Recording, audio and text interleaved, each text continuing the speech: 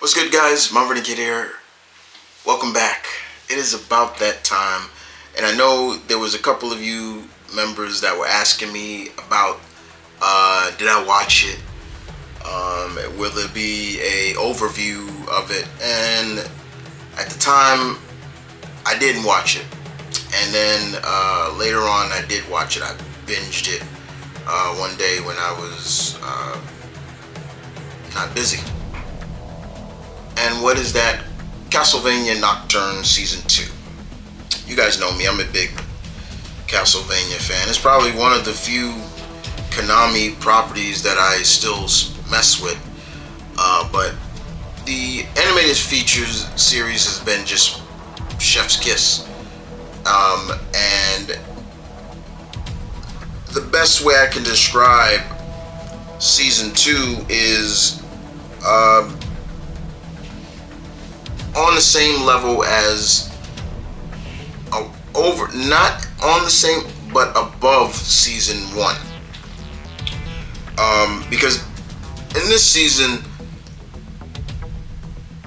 they really went go for broke with letting each character get the rub to shine and showcase just how good they are as being a badass. I loved it. I thought it was a great start. It truly shouts out to the producers and writers and the art team, because it was just great. Alucard was a badass. Maria in this really got to shine better than she shined in the first season, and she was going through some real messed up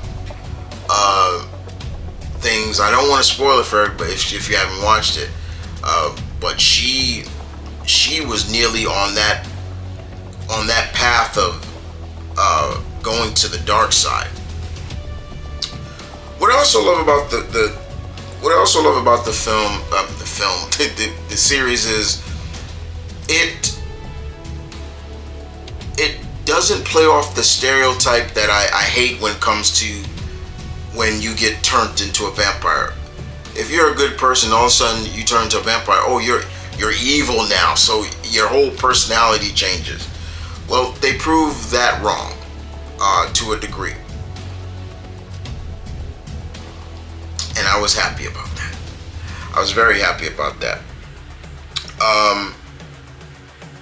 But everybody got to shine in this, and they were dealing with Isbeth and the vampire cults that were trying to gain the power, which they did at the end of that first season of Sekhmet, which is an Egyptian goddess. But clearly everybody got to shine. Like I said, special. And I love the feature of Alucard, Dracula's son. But when they would always feature him, it was always like he was the guest star. I thought that was interesting.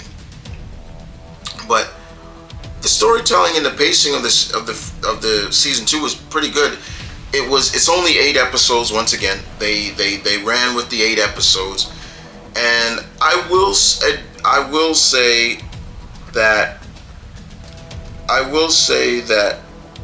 I do wish that the season was a little longer, because there were times in the episodes that there could have been more.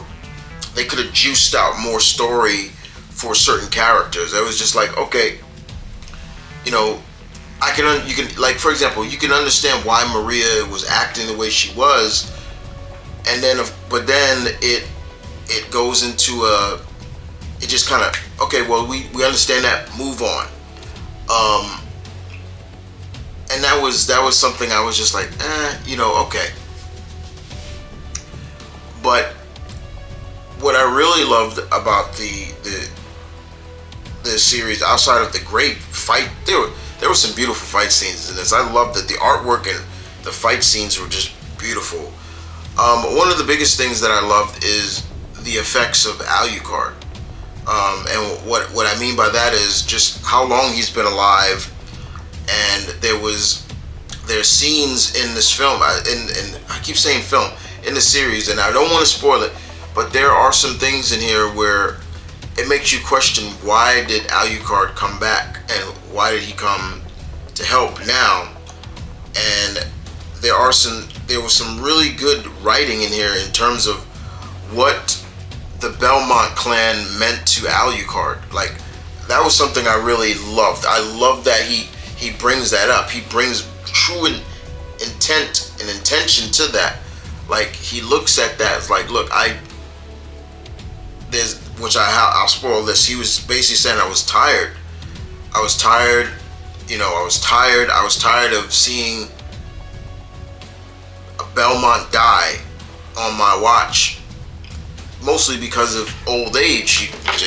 They just got old, or so. And while he's basically eternal, he's not really aging, even though, because he's half vampire.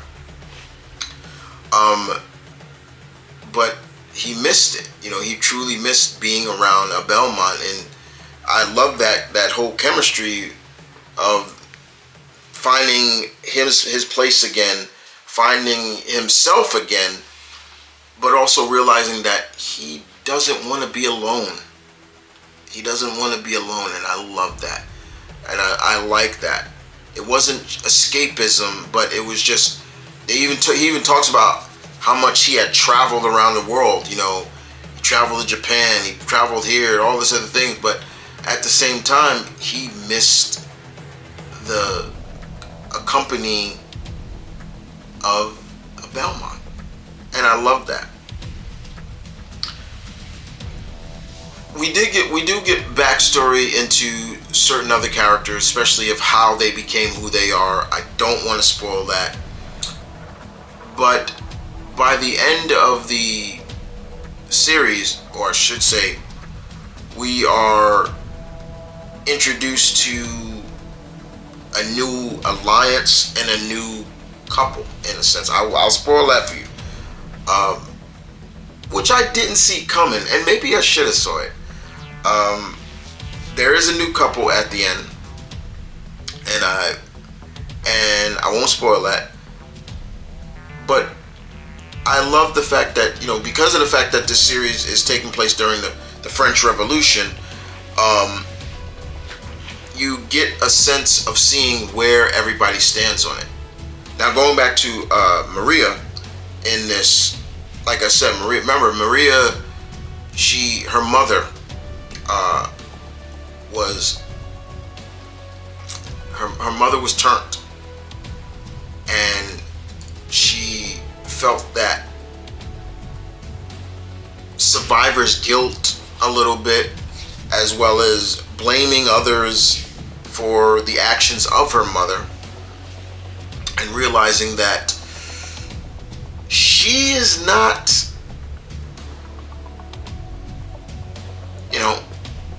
it's not her life. It wasn't, her mother did what she felt was needed. And in the process, the actions of what her mother did, she got turned. But it did run a little fast, and I feel like they could have maybe added maybe 2 more episodes, made it 10, instead of breaking it down into 8 episodes, just like the first season. But that's not a negative, because it worked. So why would they change the format just because of this or that? But Castlevania Nocturne Season 2 was great, and hopefully there is a Season 3, because the series does end with a clear sense of, okay, if there's a Season 3, we know where they can go with this. And that's something I really like. But with that being said, guys, you guys tell me in the comment section below, what did you think of season 2 of Castlevania Nocturne. Did you like it? Did you hate it? Please leave your comments in the section down below. I will love to read your comments. And I'll check you guys later, as always.